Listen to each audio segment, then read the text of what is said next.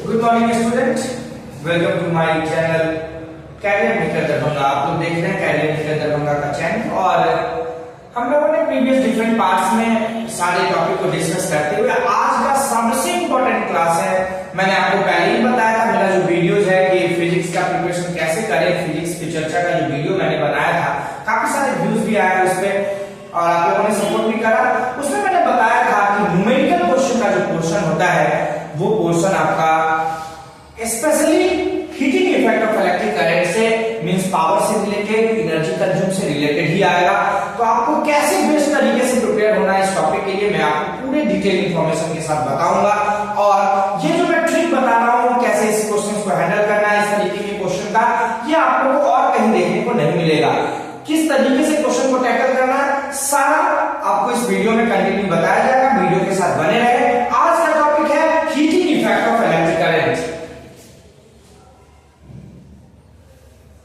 Heating effect of electric current. Electric current की वजह से हीट जनरेट होता है। मैंने बताया इलेक्ट्रिक करंट का मतलब flow of charge.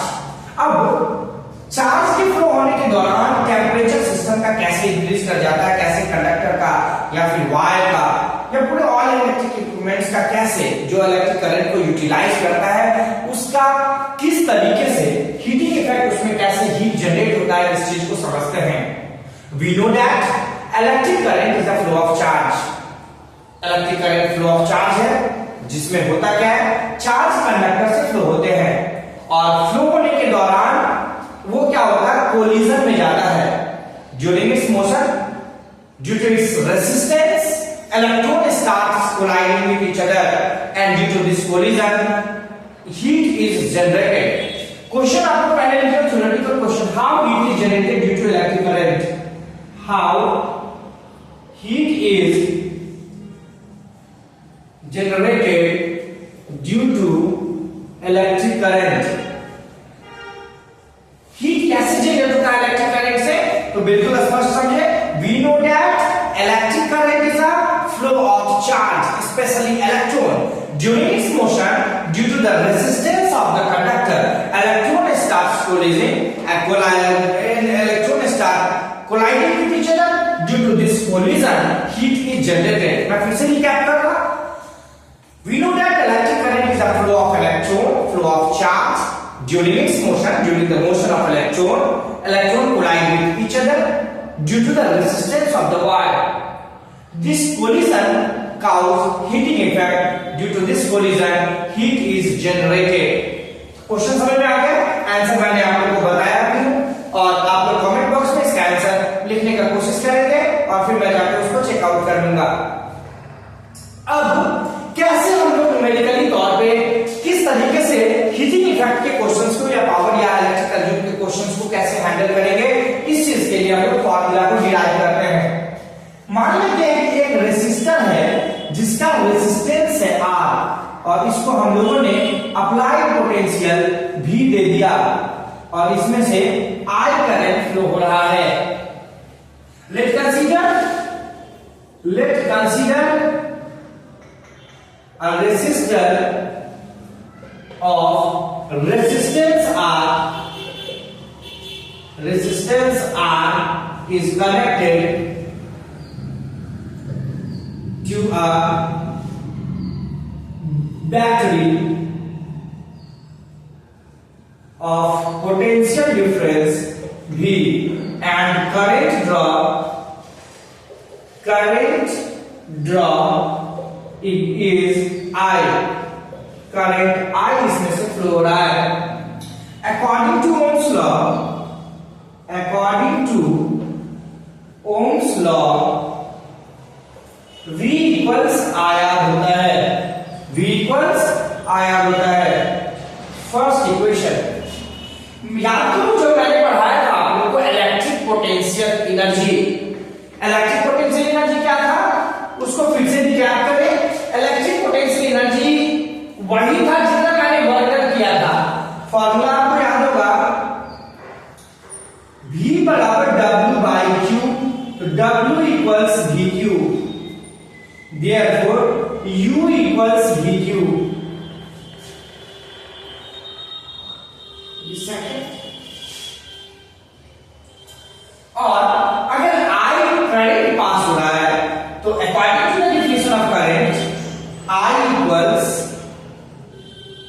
by T, Q equals IT. Third equation,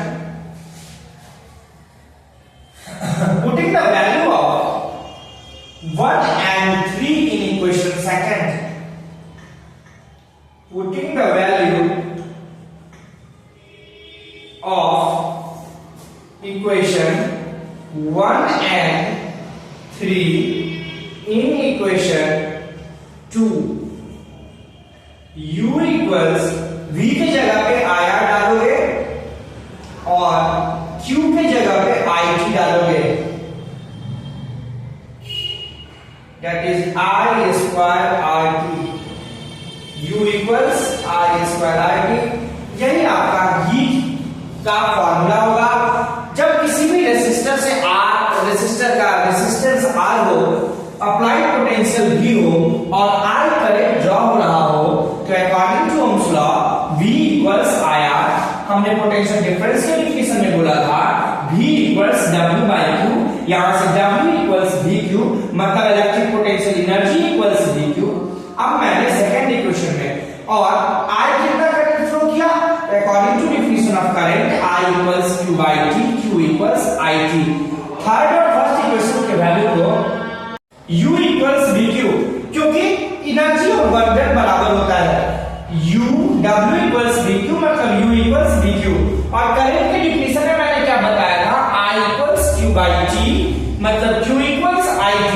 अब देखिए ये VQ की जगह पे V की जगह पे IR डाल देना है, Q की जगह पे IT डाल देना है। जैसे ही आप V की जगह पे, यहाँ पे V की जगह पे IR डालोगे और Q की जगह पे IT डालोगे, U equals I square RT। ये फॉर्मूला हमको मिला U equals I square RT। यही आपका हीटिंग इफेक्ट का हीट कितना जनरेट होगा, तो वो हीट जनरेट होगा U equals I square RT। देखिए फॉर्मूला को समझना जितना इंपॉर्टेंट होता है उससे ज्यादा इंपॉर्टेंट होता है फॉर्मूला का यूटिलाइजेशन। आप फॉर्मूला को कब यूज करोगे, कौन से क्वेश्चंस को बनाने के लिए यूज करोगे, ये सबसे ज्यादा इंपॉर्टेंट पॉइंट है इसमें समझना। क्योंकि मैंने पहले भी बताया था अगर न्यूमेरिकल क्वेश्चन 2025 बोर्ड एग्जामिनेशन में आएगा तो वो फिजिक्स में इसी बेसिस से क्लास 10 में हीटिंग इफेक्ट से आप लोगों को न्यूमेरिकल देखने को मिलेगा, चैप्टर फर्स्ट इलेक्ट्रिक करंट वाले चैप्टर से। मैं पहले बताया था, इसलिए ज्यादा इस पे डिटेल में आप लोगों को समझाने की कोशिश कर रहा हूं। अब U equals I square RT formula का कब यूज करना है, इसके लिए आप याद रखेंगे क्वेश्चन में क्या नहीं गिवन है, इस पे डिस्कस करें। देखिए I स्क्वायर RT में जब क्वेश्चन में, याद रखना, जब क्वेश्चन में भी नॉट गिवन हो, पोटेंशियल डिफरेंस नहीं गिवन हो और एनर्जी की बात करें, करंट की बात करें या टाइम की बात करें या रेजिस्टेंस की बात करें, तो आंख बंद करके भी अगर V equal I square RT U equals लगाएंगे तो क्वेश्चन सॉल्व होगा। इसके बाद वाला जो वीडियो बनेगा मैंने इस क्वेश्चन को भी लेके आप लोगों को इस चीज को फिर से समझाऊंगा कैसे क्वेश्चन में फॉर्मूला का प्रॉपर यूटिलाइजेशन करना है। दूसरा इसी को आप लोगों ने समझा होगा, V इक्वल्स होता है IR। अब थोड़ा सब्स्टिट्यूट करने का कोशिश करते हैं। V इक्वल्स अगर IR होता है तो I equals V by R होगा, I equals V by R होगा। अब यहाँ पे V बाय R से सब्स्टिट्यूट करें, देखिए तो U इक्वल्स I की जगह पे V बाय R का होल स्क्वायर इंटू RT, मतलब V square by R square into RT, R square से R cancel, V square by R U equals V square by R into T। ये formula कब use करना है, जब question में I not given हो, I not given हो, जब क्वेश्चन में I नहीं दिया हुआ रहेगा और तब आपको अगर पावर निकालना हो, सॉरी एनर्जी निकालना हो या पोटेंशियल डिफरेंस निकालना हो या रेजिस्टेंस निकालना हो या टाइम निकालना हो, आप इसी बेसिस पे समझ सकते हो। जब क्वेश्चन में पोटेंशियल डिफरेंस ना दे, एनर्जी का जो पूछे तो आप लोग को डायरेक्टली I स्क्वायर RT लगाना है। अगर क्वेश्चन में करंट नहीं दिखेगा और तब अगर एनर्जी का जो से question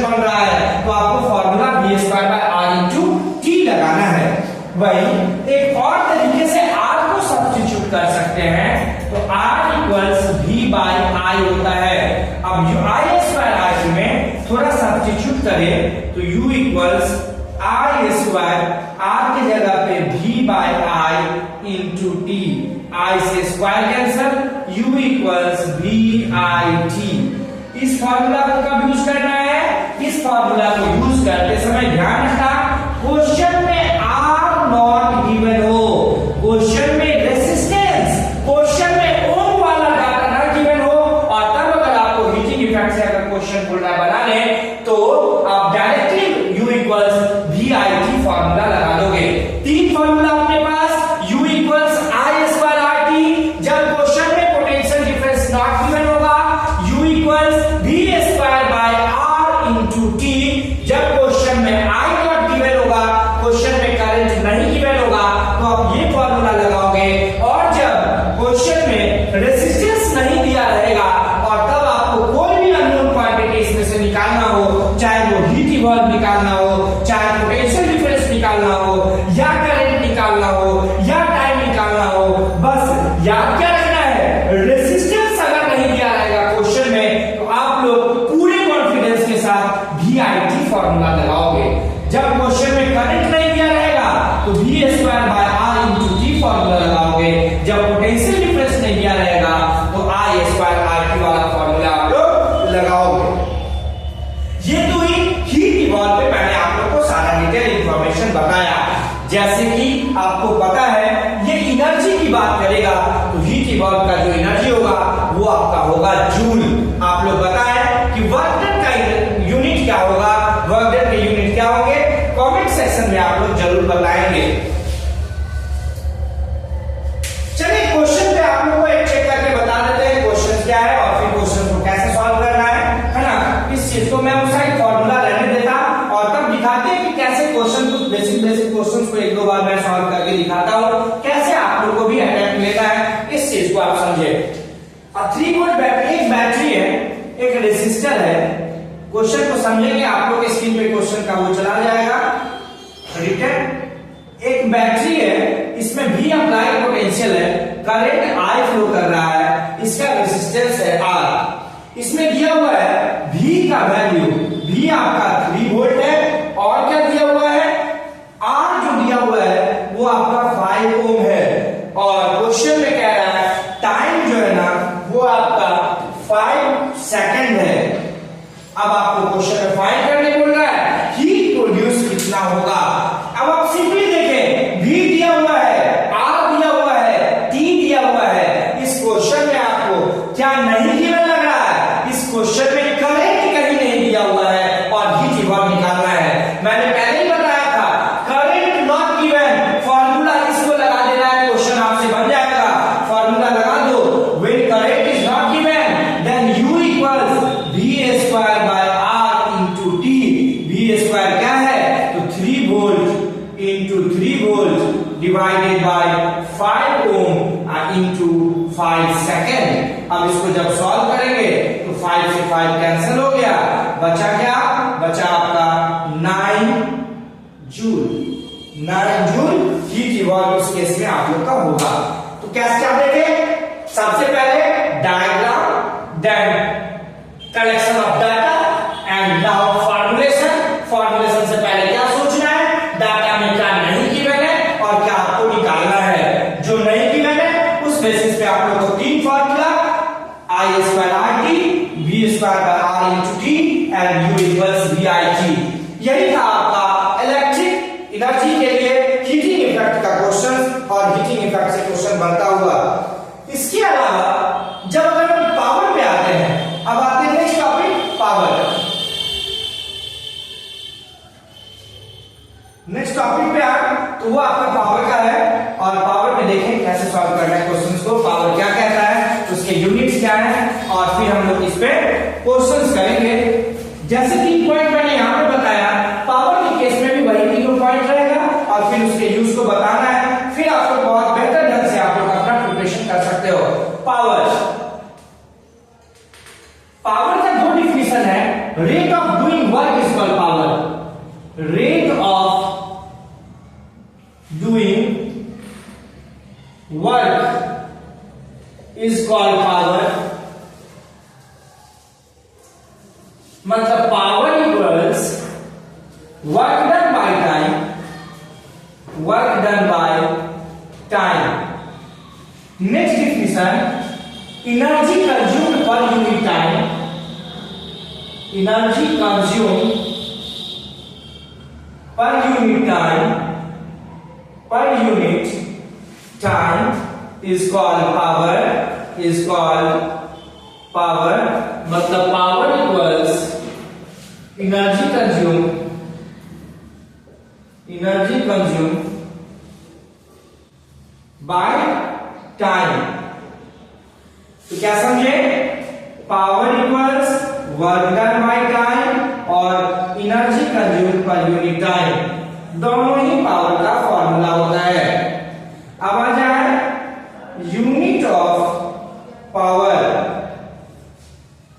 unit of power, unit of power equals unit of work done divided by unit of time. Unit of work done या unit of energy consume, energy consume by time. Unit of work done और energy consume बराबर होता है joule पर second, और joule पर second को ही हम लोग वाट कहते हैं। यहां से क्वेश्चन, डिफाइन 1 वाट। देखें, पावर को 1 वाट होने के लिए वर्क डन या एनर्जी कंज्यूम को 1 जूल होना होगा और टाइम को 1 सेकेंड होना होगा। If 1 joule of energy is consumed in 1 second, then the power is 1 watt. If 1 joule of energy is consumed in 1 second, consumed for 1 second, then power is 1 watt. 1 watt power तभी होगा अगर 1 watt होने के लिए 1 joule energy divided by 1 second, then power is 1 watt. अब ये तो आपका थ्योरेटिकल बात थी। फिर मैंने बताया था आपको पहले कि न्यूमेरिकल का पोर्शन फिर इससे आएगा। तो न्यूमेरिकल के लिए क्या करना है, आप लोग इस चीज को समझे कि कैसे न्यूमेरिकल एनर्जी और पावर में कैसे हम लोग न्यूमेरिकल क्वेश्चन का अटेम्प्ट लेंगे और कैसे समझेंगे, इस चीज को आप लोग समझे। जिसको स्क्रीनशॉट लेना है वो आप स्क्रीनशॉट ले सकते हैं। अब हम फर्दर इसका आगे आप लोग को बताते हैं कैसे पावर का क्वेश्चंस के साथ हम लोग को डील करना है।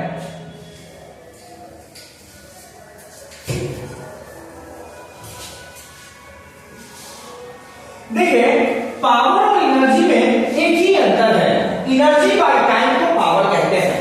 तो देखिए, यहां पे कुछ एनर्जी का फॉर्मूला जो मैंने अभी जस्ट पढ़ाया आप लोगों को, एनर्जी और पावर। पहला जो फॉर्मूला था U equals I square RT, U equals I square RT। तो पावर क्या होगा, पावर इक्वल्स क्या जानते हैं हम लोग, energy by time, energy by time होता है। तो पावर इक्वल्स यहां पे क्या हो जाएगा, I square RT by T cancel, बचा I स्क्वायर R। पहला फॉर्मूला मिला, power equals I square R। इसका कब यूज करना है, power equals I square R कब यूज करना है, जब क्वेश्चन में V नॉट गिवन हो, जब क्वेश्चन में V पोटेंशियल डिफरेंस ना दिया रहे और आपको पावर निकालना है, तो डायरेक्ट आप यही फॉर्मूला लगाओगे, P equals I square R। Next formula energy का था U equals V square by R into T। तो power equals V square by R into T divided by T। Energy consumed by time को ही हम लोग power कहते हैं ना। तो T से T कैंसिल, मतलब क्या निकला, फॉर्मूला क्या निकला, V square by R। Power equals इसका कब यूज करना है, जब I नॉट गिवन हो, जब क्वेश्चन में करंट कहीं ना दिया रहे और पावर निकालना है, तो हम लोग I नॉट गिवन का ही यूज करेंगे, मतलब P equal V square by R use करेंगे।